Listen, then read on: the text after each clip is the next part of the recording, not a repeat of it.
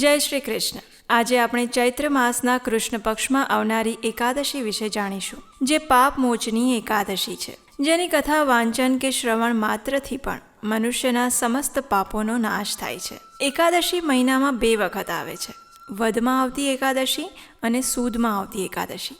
એકાદશી એટલે કે 11.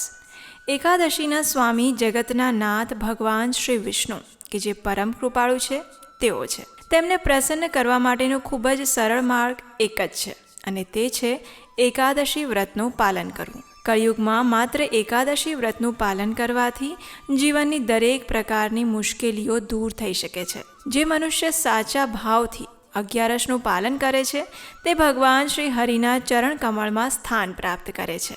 આવી જ સમસ્ત પાપોને હરનારી 11 કે જે ચૈત્ર માસના કૃષ્ણ પક્ષમાં આવે છે, તેને પાપમોચની એકાદશી તરીકે પણ ઓળખવામાં આવે છે। પાપમોચની 11 પોતાના નામ અનુસાર સમસ્ત પાપોનો નાશ કરનારી છે। આ એકાદશી કરવાથી મનુષ્યના તમામ પાપોનો નાશ થાય છે, અને આ એકાદશી વ્રતનું વર્ણન હરિવાસન પુરાણમાં પણ કરવામાં આવેલું છે। પાપમોચની એકાદશી વ્રત ખૂબ જ શુભ મનાય છે, અને જેને કરવાથી બધા જ પાપોનો નાશ થાય છે।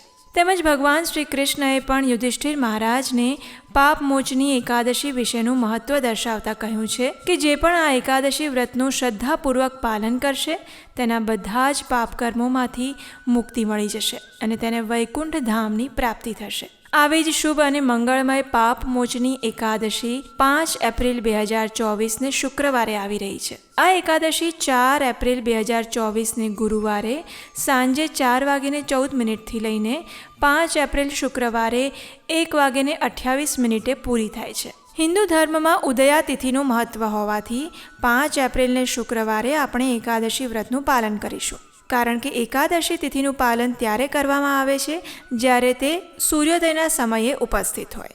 આ એકાદશીના પારણા મુહૂર્ત સમય બીજો દિવસ એટલે કે 6 એપ્રિલ 2024 અને શનિવારે સવારે 6:23 લઈને 8:53 સુધીના સમયગાળામાં કરી શકાશે। પાપમોચની એકાદશી એક એવી એકાદશી છે કે જેના પાલનથી ભવે ભવના બંધનોમાંથી મુક્તિ મેળવી શકાય છે। જાણે અને અજાણે કોઈ પણ પાપ થયા હોય તો તેમાંથી મુક્તિ મળી જાય છે, અને મોક્ષની પ્રાપ્તિ થાય છે। આ દિવસે ભગવાન વિષ્ણુની વિશેષ પૂજા, ધૂપ, દીપ, નૈવેદ્ય ધરાવવામાં આવે છે। તુલસી માતા તેમજ પીપળાને જળ અર્પિત કરવામાં આવે છે। ગાયોની સેવા અને ઘાસચારો આપવાથી પણ આપણા પાપોનો નાશ થાય છે। એકાદશીના દિવસે ઉપવાસ કરવામાં આવે છે।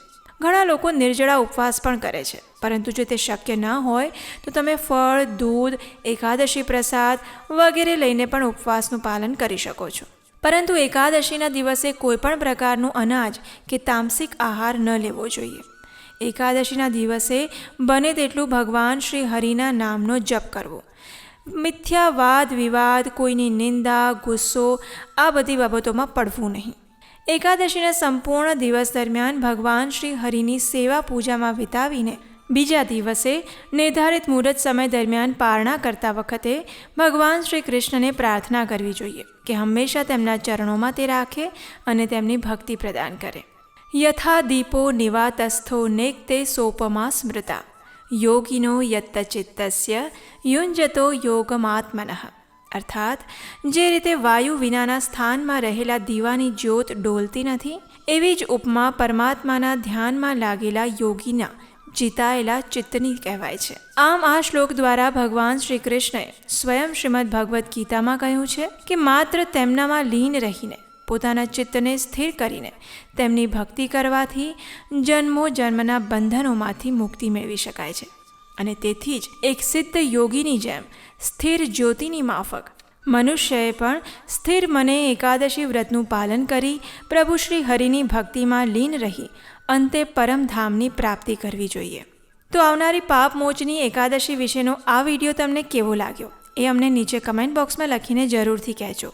અને જો તમે પાપમોચની એકાદશી વ્રતની પ્રમાણભૂત પૌરાણિક કથા સાંભળવા માગતા હોવ તો તમારા પોતાના આ ચેનલને યાદથી સબસ્ક્રાઈબ કરી લેજો, અને નોટિફિકેશન બટન પણ ઓન કરી લેજો કે જેથી તમે બીજી વાર યુટ્યુબ પર આવો તો તમને યોગ્ય દિવસે પાપમોચની એકાદશી વ્રતની કથા પણ સરળતાથી મળી જાય। તો ચાલો આવનારી પાપમોચની એકાદશી વ્રતનું પાલન કરવા માટે પોતાની જાતને તૈયાર કરીએ અને પરમ ભગવાન શ્રી કૃષ્ણની ભક્તિમાં અગ્રસર થવાનો પ્રયાસ કરીએ. જય શ્રી કૃષ્ણ.